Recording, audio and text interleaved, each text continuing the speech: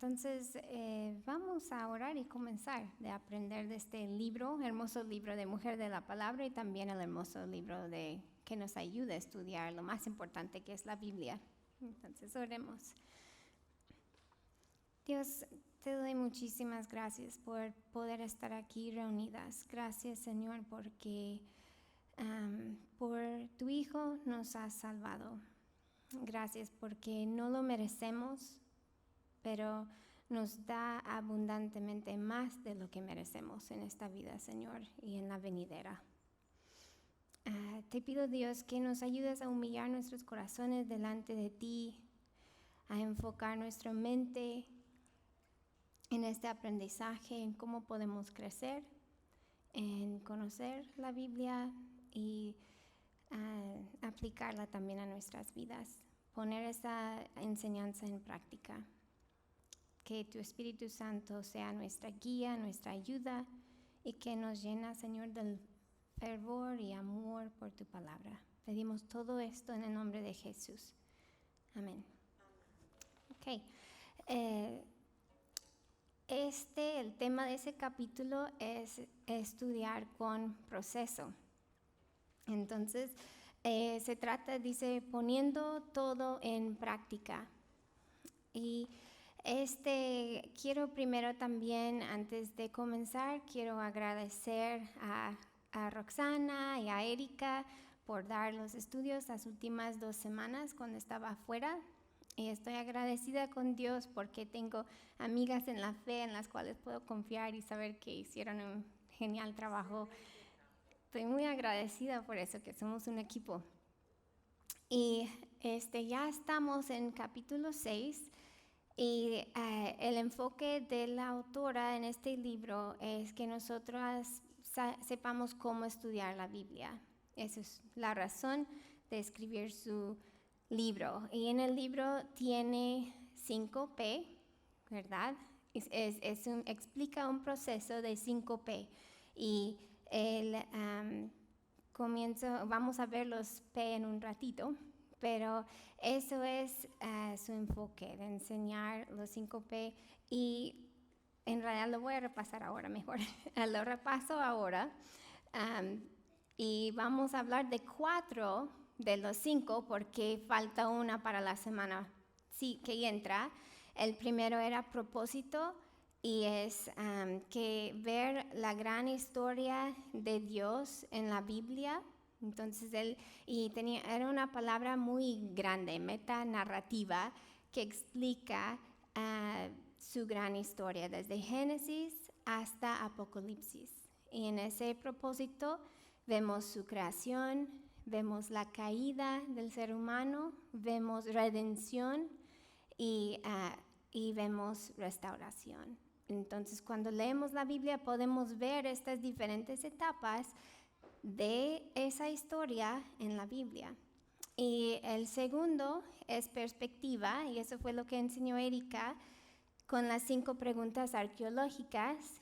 Y la idea es que cuando leemos algo en la Biblia, cada libro, cada texto era un mensaje dado en un cierto tiempo, en una época, a ciertas personas, y tenía un mensaje específico y único. Entonces, cuando estamos leyendo la Biblia, estamos preguntando cómo es que la cultura era influencia en ese mensaje y cómo podemos ver qué era el significado en ese tiempo.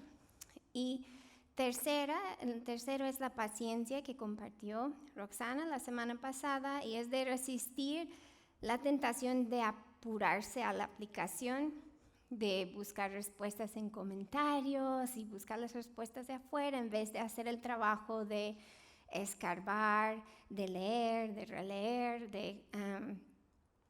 de tomar su tiempo, y a veces también se siente incómoda estar en la palabra y no tener las respuestas, o sentir que yo no sé cómo hacer esto. Yo no soy teóloga, yo no soy buena para eso. Eso entra en nuestras mentes, yo no sé cómo.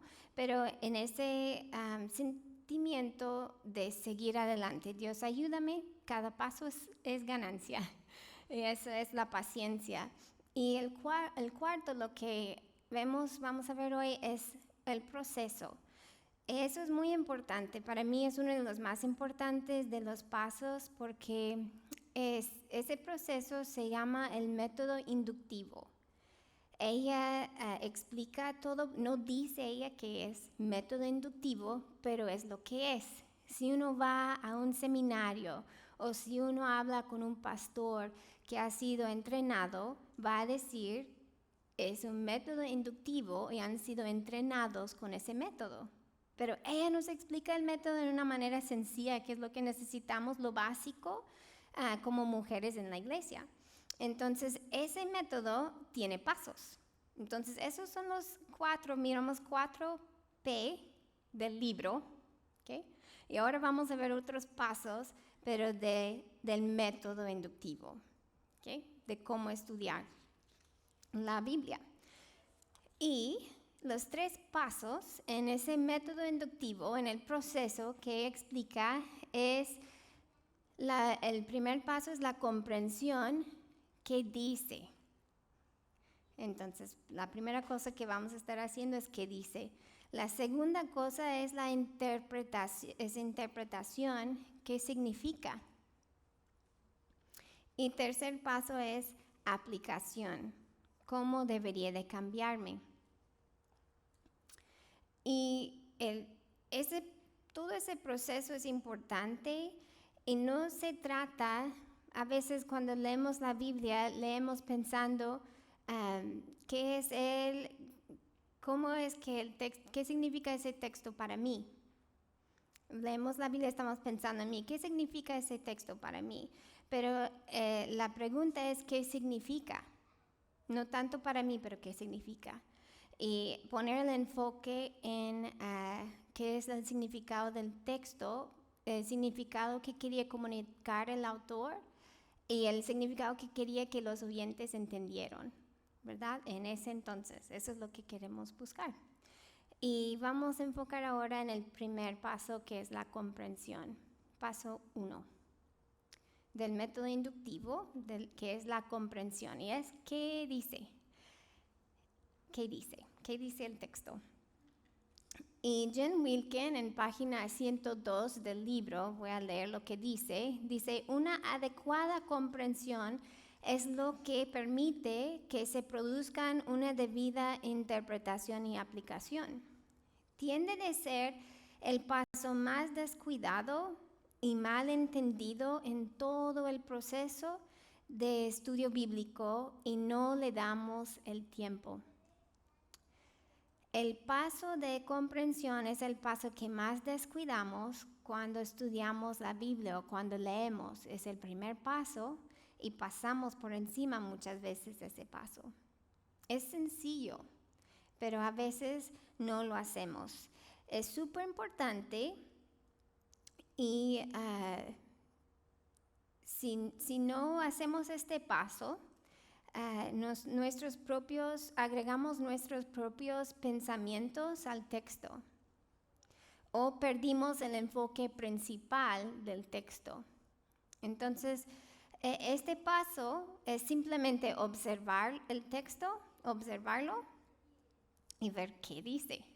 Entonces, no lo que significa, no estamos pensando qué significa eso para mí, no estamos pensando cómo aplico este mensaje para mí, solo qué dice.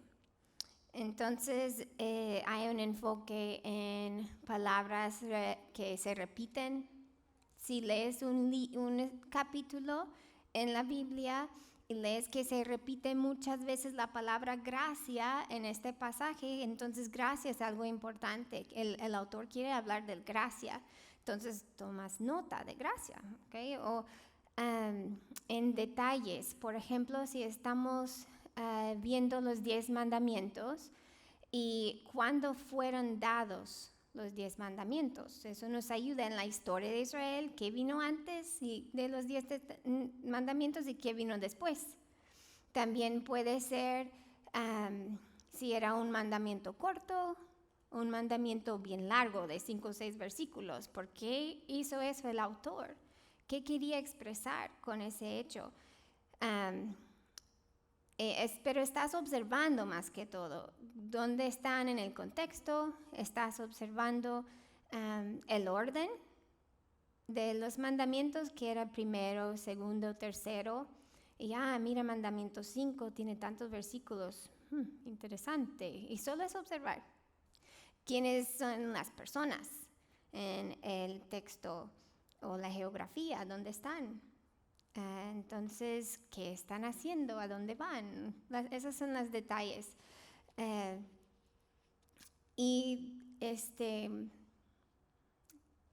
Vamos a ver,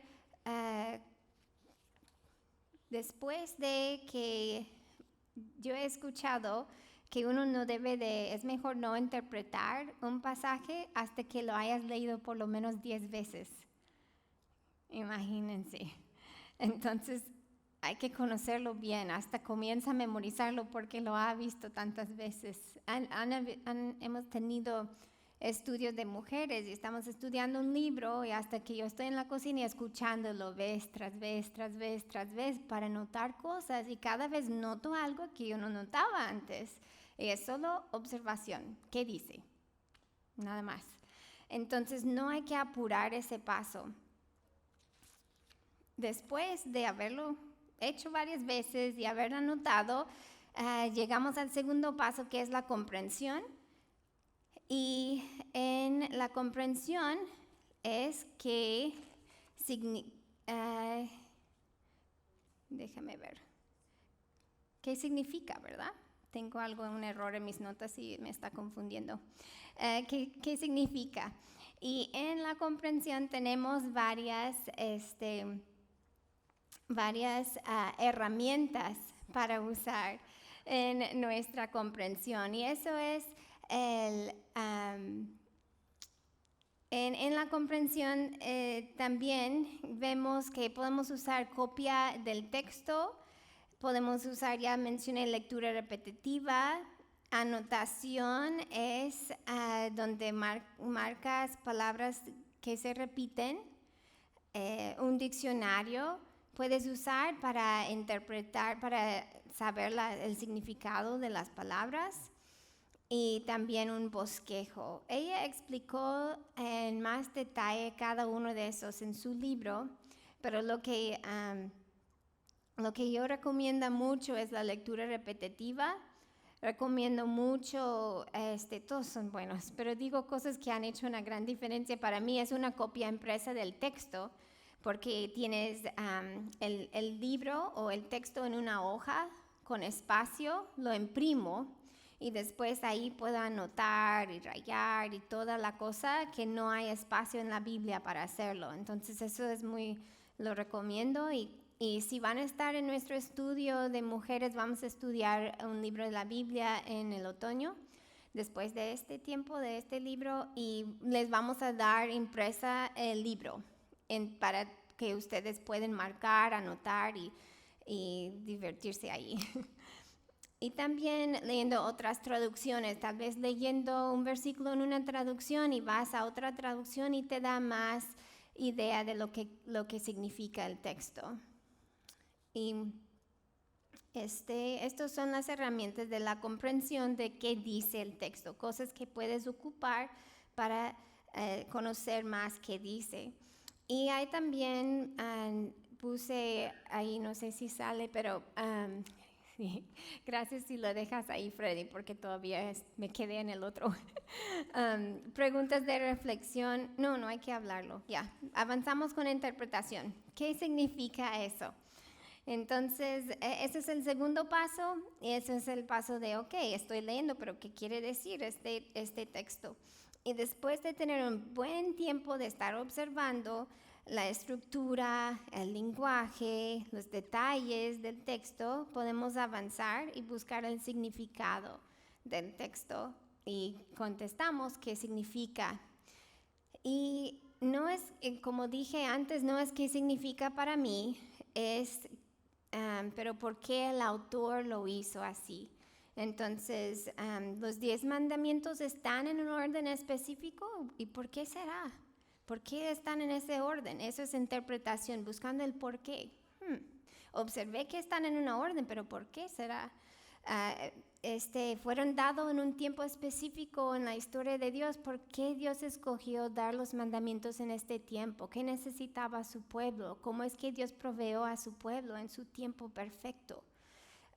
También, ¿por qué es tan largo? ¿Será más importante? ¿Será que fallamos más en eso como personas? ¿Será? Y uno va haciéndose esas preguntas y tratando de captar el significado.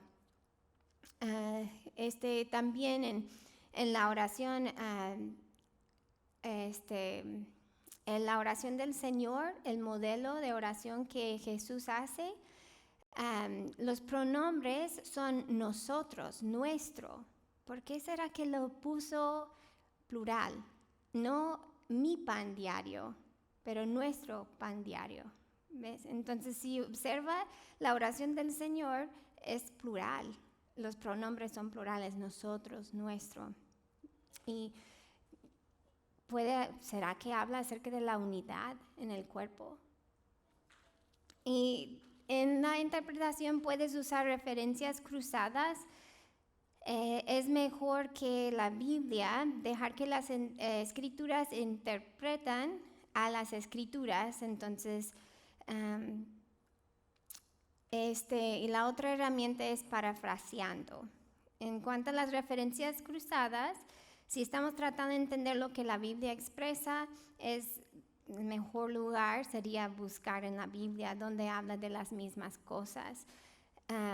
Y están a veces puedes encontrarlas, no todas las Biblias los tienen, pero a veces están en una columna en medio, al lado del texto de tu Biblia, y una referencia cruzada te manda a otro lado en la Biblia que tiene algo del mismo tema.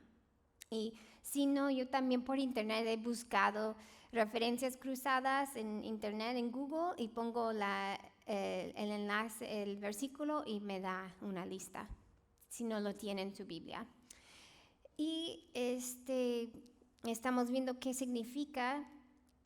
Jen Wilken dice que cuando llegamos a un pasaje difícil de entender, debemos buscar referencias cruzadas para añadir el entendimiento. Y la última herramienta que menciona es parafrasear. Y parafrasear es algo difícil, es algo que no nos gusta hacer porque cuesta un poco, pero es poner el pasaje en tus propias palabras. Y si lo has leído muchas veces y si te has familiarizado con el texto y si sientes como que ya sé más o menos qué quiere decir, puede poner en tus propias palabras. Pero no cuesta, pero muestra entendimiento y nos desafía realmente de qué dice el texto. Si tengo que explicarlo, eso es un paso más de entendimiento. Eso requiere paciencia. Todo de lo que estamos hablando, vemos lo que enseñó Roxana acerca de la paciencia. Necesitamos la paciencia en este paso. Y al final, después de hacer estos dos pasos, puedes ir a un comentario y leer, ¿concuerda con lo que yo pensaba que significaba? Yo pensé que significaba esto. Y voy a ver y leer unos comentarios escritos por otros hombres o mujeres que han estudiado la palabra y ver si concuerda con lo que pensabas. Es mejor ir al final, no antes, porque nos desafía a nosotras a tratar de buscar el significado antes. Y yo tengo algo ahí que dice preguntas de reflexión, pero voy a seguir adelante por el tiempo. Al final vemos el tercer paso, que es la aplicación, cómo debería cambiarme. Y nosotras, por lo general, la aplicación Jen Wilken, no en ese libro, pero en otra podcast que estaba escuchando de ella decía que la aplicación es como el postre. Y nosotros a veces queremos ir directo al postre y no queremos comer la ensalada primero, el plato principal. Y ella estaba diciendo que muchas veces buscamos hacer la aplicación de primero sin haber hecho el trabajo de observar. Pero si no observamos, si no leemos el texto como 10 veces, o si no vemos las palabras claves o Si no estamos leyendo en otras traducciones y tomando el tiempo, la aplicación no va a ser tal vez la correcta. Entonces es importante hacerlo en este orden. Y aquí ella puso en su libro 3 subpreguntas para la aplicación. ¿Qué me enseña este pasaje acerca de Dios? Porque vimos que se trata de Dios primero y no yo, Dios primero. ¿Qué me enseña este pasaje acerca de cómo es Dios? Y número 2, ¿cómo es que este aspecto del carácter de Dios cambia mi perspectiva de mí misma? ¿Cómo es Dios y cómo soy yo? Hay una diferencia. Y vamos a alabar a Dios por quién es Él y vamos a hacer cambios para que seamos más santas como Él es santo. ¿Cómo puede cambiar mi perspectiva? Y en tercero, ¿qué debo hacer en respuesta? Es el paso más sencillo que requiere menos explicación. Entonces realmente no hay mucho más que hablar acerca de eso, pero si hacemos los 2 pasos anteriores, vamos a tener buenas aplicaciones personales. Y Jen dice que el conocimiento de Dios obtenido a través de la comprensión del texto y la interpretación de su significado ahora puede aplicarse a la vida de una manera que desafía al estudiante a ser diferente. Y esto es un desafío y es algo en lo cual vamos a ir creciendo y trabajando hasta que terminamos nuestra carrera y estamos con el Señor. Pero ahora aprendiendo el proceso, viendo el método inductivo, es el